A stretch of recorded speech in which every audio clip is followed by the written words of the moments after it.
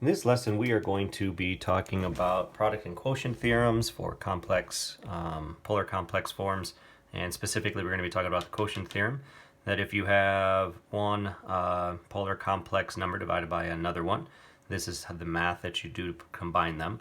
So basically you're going to take the radius and divide it by the other radius and simplify a fraction or whatever you seem to get. And then when you're taking the rest of this to put these two pieces together, you're going to be subtracting the angles for the cosine, and you're going to be subtracting the angles for the sine.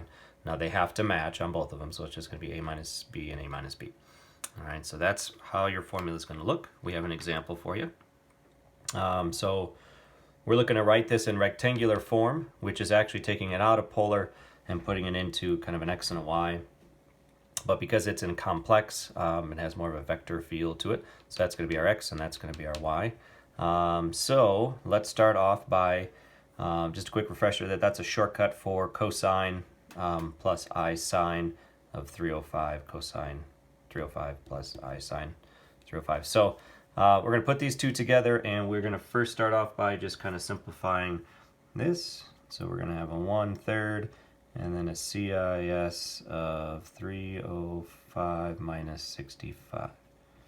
So when you put that together, you're looking at CIS of 240. All right, so we are really doing cosine of 240 degrees plus I sine of 240 degrees. So there's a couple ways you can go from here. I just like to try to evaluate what these are. This is something that we've been doing definitely earlier in the semester. Cosine of 240 degrees, we'll draw ourselves a picture. We need a reference angle, and then we're going to connect, we're going to be using the 30, 60, 90, kind of the basic pieces of it, and then figure out what quadrant we got going on. So if we draw 240 degrees, you are down in the third quadrant, and you have a reference angle of 60. So you're really doing cosine of 60. Cosine of 60 is 1/2, but because you're in this quadrant, it's going to be a negative 1/2. And then sine of 240. Sine of 240 is really sine of 60. So sine of 60 is root 3 over 2. But again, we're in the third quadrant, so it's going to be negative as well.